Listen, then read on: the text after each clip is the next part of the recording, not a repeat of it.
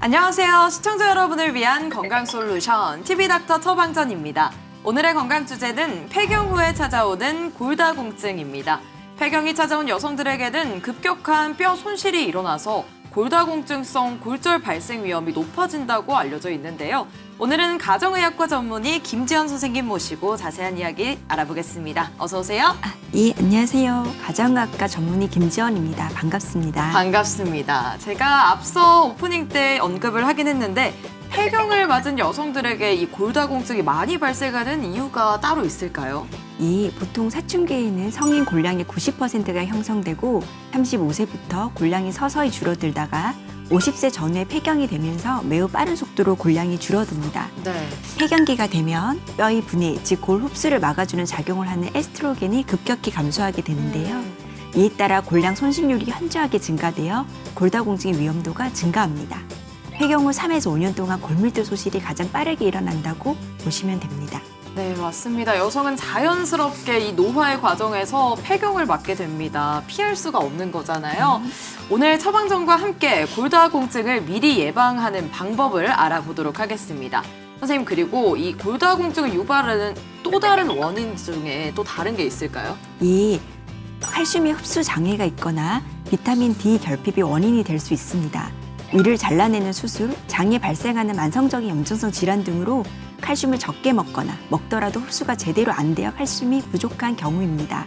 비타민 D는 장에서 칼슘의 섭취를 증가시키고 신장에서 칼슘의 배설을 감소시키고 또한 뼈 분해를 막아서 골다공증을 예방하는 효과가 있으니 꼭 챙겨주시고요. 그 외에 가족력이 있는 경우, 어머니나 자매가 골다공증일 경우에 골다공증 발병할 확률이 높습니다. 또한 운동 부족이나 과다한 음주는 뼈의 형성을 줄이며 칼슘 흡수도 떨어뜨려 골다공증을 유발할 수 있습니다. 역시 건강한 이 생활 습관이 굉장히 중요하군요. 네. 그렇다면 이 골다공증을 의심할 만한 증상이 있을까요? 보통 노화로 인해서 키가 줄어든다라고는 들어봤는데 이것도 증상 중 하나일까요? 네, 그렇습니다. 뼈의 특성상 초기에는 특별한 증상이 나타나지 않습니다.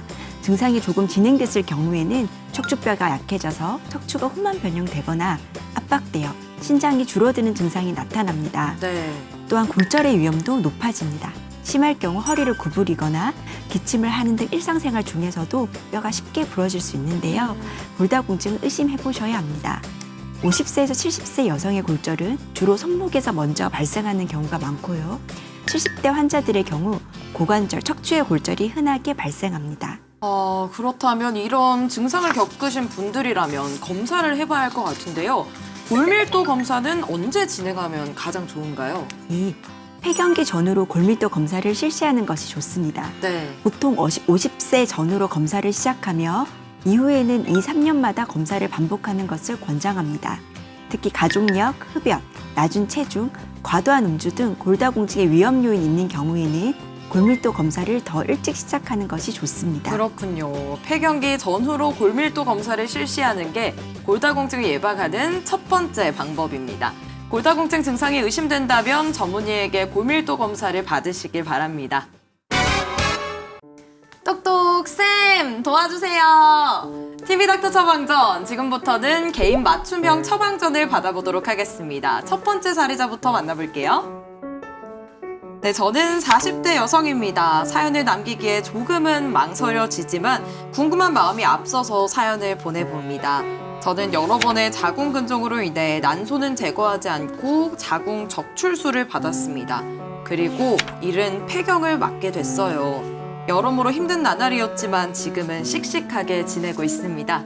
폐경이 오면 골다공증에 걸릴 위험이 높아진다던데 그럼 저와 같은 경우는 골다공증이 더 빨리 찾아오는 걸까요? 라고 사연을 보내주셨는데요. 선생님 어떻습니까? 이 물리적으로 폐경을 빨리 맞게 되면 그만큼 이 골다공증도 빨리 오게 되는 걸까요? 에스트로겐 같은 여성 호르몬을 분비하는 기관은 난소입니다. 자궁 적출술을 하더라도 난소가 있다면 여성 호르몬의 변화에 직접적인 영향을 주지는 않습니다. 하지만 난소 절제술을 함께 시행한 경우에는 에스트로겐 호르몬 분비 부족으로 골밀도에 영향을 주게 되는데요. 이는 골다공증의 위험 요인이 될 수 있습니다. 사연자분은 난소를 절제하지 않으셨다고 하니 크게 걱정하지 않으셔도 됩니다. 크게 걱정하지 않으셔도 된다니 정말 다행입니다. 그럼 두 번째 사례도 만나볼게요. 저희 어머니가 골다공증 진단을 최근에 받으셨습니다. 70대에 접어드신 후 무릎 통증을 많이 호소하셨는데 그게 골다공증의 신호였나 봅니다. 지금 걱정하시는 건요, 통증보다 치료를 오래 받아야 할까봐 그걸 더 신경 쓰고 계십니다. 치료비도 들고 마음도 힘드실까봐 그런가 봐요. 골다공증 치료 평생 받아야 할까요? 라고 보내주셨습니다. 70대 여성의 이 사연을 자녀분이 대신 보내주셨는데요. 이 골다공증 치료 정말 평생 받아야 하는 걸까요, 선생님? 평생이라고 질문을 하셨는데요. 골다공증 치료는 평생은 아닙니다. 다행이네요. 골다공증의 치료에 많이 쓰이는 약제로 5년간 비스포네이트를 경구 투여하거나 또는 3년간 졸레드로네이트를 주사 치료를 하는데요. 골밀도가 일정 수준 이상 높아지면 약물 휴지기를 고려할 수 있습니다. 약물 휴지기 동안에는 매년 골밀도 검사를 시행하여 추적 관찰할 수 있고요. 경과에 따라 치료 여부도 달라집니다. 새로운 골절 혹은 골다공증이 다시 진행이 되면 치료를 재개할 수 있습니다. 네, 골다공증은 평생 치료를 요하진 않지만 재발이 될 경우 다시 치료를 진행할 수도 있기 때문에 처음 치료 받으실 때부터 첫 관리가 굉장히 중요한 것 같습니다. TV닥터 처방전, 계속해서 폐경 후 발생한 골다공증을 예방하는 방법에 대해서 알아보겠습니다. 이 골다공증이면 관절을 조심해야 할 것 같은데 어떤 운동을 하면 도움이 될까요? 이 골다공증 예방을 위해 가장 좋은 운동은 빠르게 걷기, 조깅, 계단 오르기 같은 체중이 실리는 체중 부하 운동입니다. 체중 부하 운동은 뼈에 적당한 스트레스를 주고 뼈의 압력이 높아져 골밀도가 높이면 뼈가 단단해지기 때문입니다. 체중 부하 운동은 일주일에 3일 이상, 하루 중 30분 이상 하는 것이 좋습니다. 네. 집에서 간단히 할 수 있는 앉아서 하시는 자전거 운동도 허벅지 근육을 자극할 수 있는 좋은 운동입니다.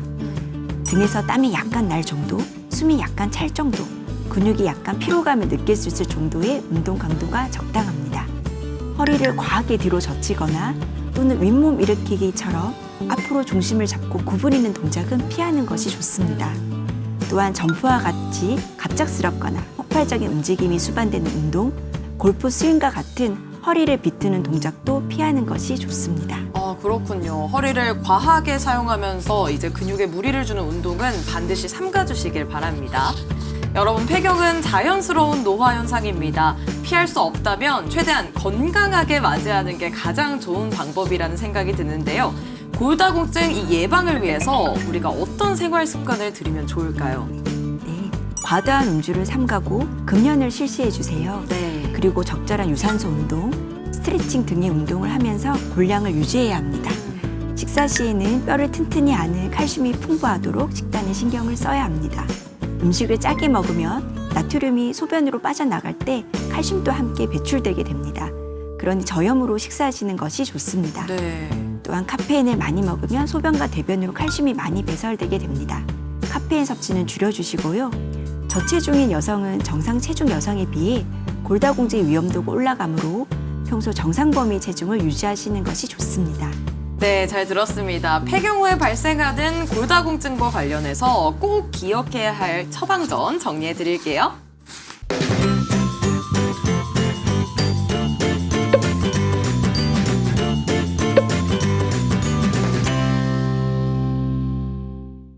네, TV닥터 처방전, 오늘은 폐경 후 발생하는 골다공증에 대해 알아봤습니다. 선생님, 마지막으로 정리 한 말씀 부탁드릴게요.